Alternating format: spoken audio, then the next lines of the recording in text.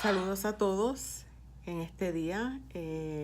Quise aprovechar y grabar desde mi oficina, en mi trabajo, ya que me tocó hacer un poquito de tiempo extra y quise aprovechar y sacar un ratito antes de irme a mi hogar para grabar y para continuar con las enseñanzas que había comenzado la semana anterior. Me quedé con Génesis 1:1 y nos quedamos hablando sobre cómo Yeshua o Jesús se encuentra aún dentro de ese primer versículo, pero no necesariamente cuando se menciona únicamente el nombre Dios o Elohim, que es lo que originalmente está escrito ahí en el original hebreo, ¿verdad?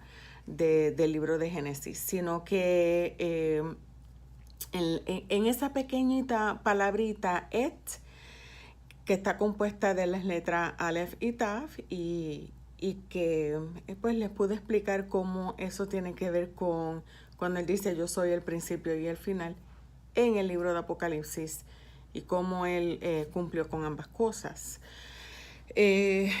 Hoy quiero hablarles específicamente sobre Elohim y quién es Elohim. Lo primero que les quiero decir es que no me va a dar tiempo a hablar todo lo que conlleva esta enseñanza. Disclaimer: si usted no está de acuerdo con esta enseñanza, pues mi sugerencia, ¿verdad?, es que haga su propio research y que busque, pero busque de fuentes fidedignas, como yo digo, y de personas que, no el internet, sino de personas que son expertos en la materia. ¿Quiénes escribieron los libros dentro de la Biblia? Bueno, en su gran mayoría judíos.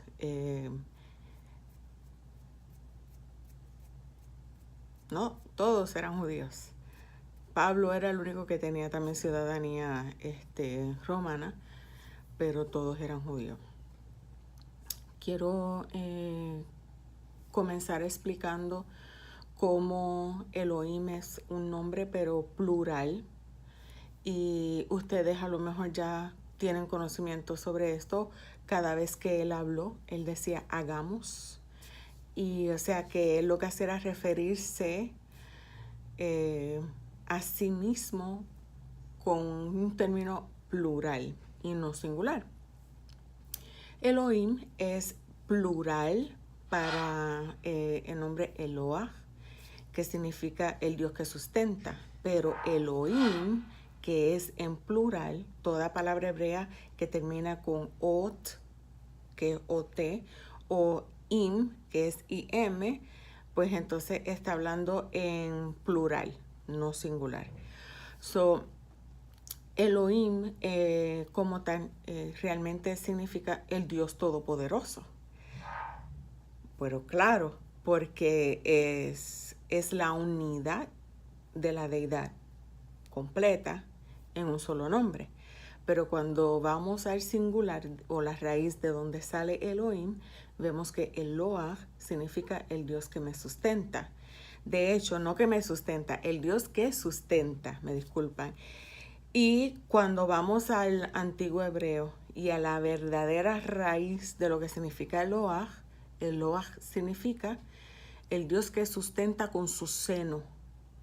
Y entonces ahí nos preguntamos, ¿quiénes son las que amamantan? ¿Quiénes son las que sustentan con su seno? ¿Son los padres o son las madres? Y para eso quiero entonces brincar un poquito a Génesis 1:27, donde dice claramente: y creó Dios al hombre a su imagen, a imagen de Dios lo creó, varón y hembra los creó. Si nos vamos al original hebreo, diría: y creó Elohim al hombre, al Ish, a su imagen, a imagen de Elohim lo creó, varón y hembra, Ish e Isha los creó. Entonces, Aquí pues muchos van a decir, Jocelyn se está metiendo en aguas profundas. Miren, vamos a la lógica.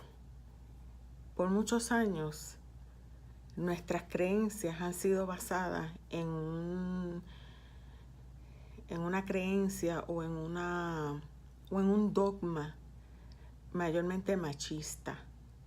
Pero si usted va a estudiar la historia de Israel, usted se va a sorprender como todos, incluyendo a Jesús, incluyendo a Pablo, a Juan, a Mateo, a Marcos, a Lucas, los profetas, todos ellos, este conocimiento que yo les voy a impartir hoy, para ellos es información vieja y muy común y muy aceptada dentro de la comunidad israelí o judía, como sea. Dios creó al hombre a su imagen y semejanza, varón y hembra los creó. Inclusive menciona esto antes de explicar cómo crea al hombre y cómo el hombre le da nombres a todos los animales y a todas las cosas que Dios creó y no encontró una pareja idónea para él, y ahí es donde lo pone a dormir y saca la costilla y entonces ahí crea a la mujer, y Adán le pone de nombre Isha, que luego se traduce a Eva o Java, y todo eso está en el capítulo 2 de Génesis. O sea, Génesis 1:27 se adelanta a lo que luego nos dice en Génesis 2, específicamente verso 22. Hoy día, todavía, luego de miles de años, ¿verdad? Ya vamos por el año 5779 en el calendario hebreo. Luego de miles de años de haber Dios creado al hombre y a la mujer, todavía el hombre no ha podido parir. Hemos visto casos de personas que son transexuales, donde se han cambiado sus partes sexuales y partes y han cambiado su físico y han parido. ¿Pero por qué? Porque su biología cuando nacieron era mujer. Pero nunca ha habido un hombre que haya nacido y que haya podido parir. Quien siempre ha parido desde el principio de la creación ha sido la mujer. Cuando Dios dice que creó al hombre a su imagen y a su semejanza, podemos decir con toda confianza y sin miedo a que nos acusen de herejía, que Dios, dentro de esa palabra Elohim, existe también un lado femenino, existe también una persona, existe también lo que se conoce en hebreo Ima. Ima significa mamá o madre. Nosotros todos, por ejemplo, yo cuando oro, que me quiero orar en intimidad con el Señor o con Dios, siempre digo Abba, y es muy común saber que Abba significa papi, o papá, o papito, o padre. Pero entonces el hebreo para madre, o mamá, o mami, es Ima. Un buen ejemplo, y esto lo voy a abundar un poquito mejor en mi próxima intervención, es que en dos ocasiones en el Nuevo Testamento, vemos la manifestación de Ima. Vemos que en una parte, cuando Jesús se está bautizando en el río, que se abren los cielos y dice, es mi Hijo amado en quien tengo complacencia, y entonces ahí el Espíritu Santo se manifiesta en forma de una paloma. Sabemos que será el Padre, pero hay otra ocasión donde es Ima quien dice exactamente las mismas palabras. Eso lo voy a dejar para la próxima enseñanza.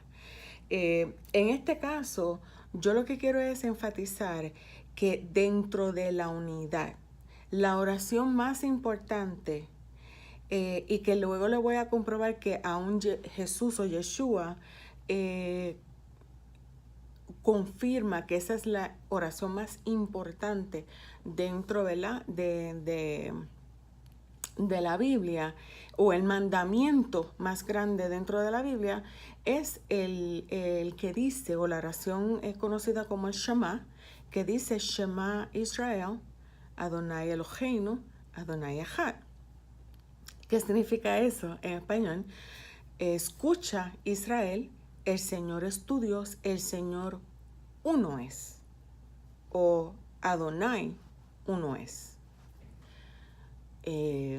Pero si Dios es uno, ¿qué pasa con Jesús? ¿Qué pasa con Yeshua? Si Jesús, si el Señor es uno. Si el Señor es uno, ¿por qué Elohim dice hagamos? Ese es el misterio del nombre Elohim. No quiero abundar mucho más, pero si va a Juan 1:1, en los versos 1 y 2, dice: en el principio era el verbo, o el davar en hebreo, que significa palabra hablada, y el davar o palabra hablada era con Dios, y el davar era Dios. Este era en el principio con Dios. Con esto lo voy a dejar. Sé que van a haber muchas preguntas.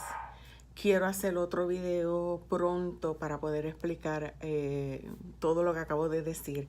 A lo mejor fui muy densa y me disculpa porque tiendo a ser densa.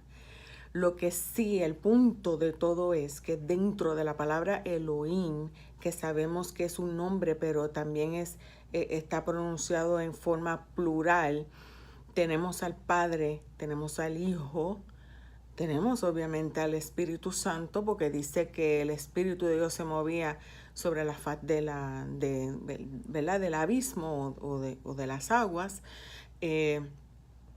Pero también tenemos a Ima, también tenemos a esa personalidad y esa parte de nuestro Dios creador, que es la que por la palabra hablada de Yeshua crea. Y recuerden que ¿cómo se le llama a la naturaleza? Se le llama como madre naturaleza. Todos tenemos una madre. Yo tengo a mi madre, gracias a Dios, que está vivita todavía. Todos aquellos que todavía disfrutan de su madre saben que salieron de ella, no salieron de papá. En ningún momento se puede comprobar en la Biblia que Dios es únicamente masculino. Con eso lo dejo. Shalom. Que el Eterno los bendiga siempre. Y hasta la próxima.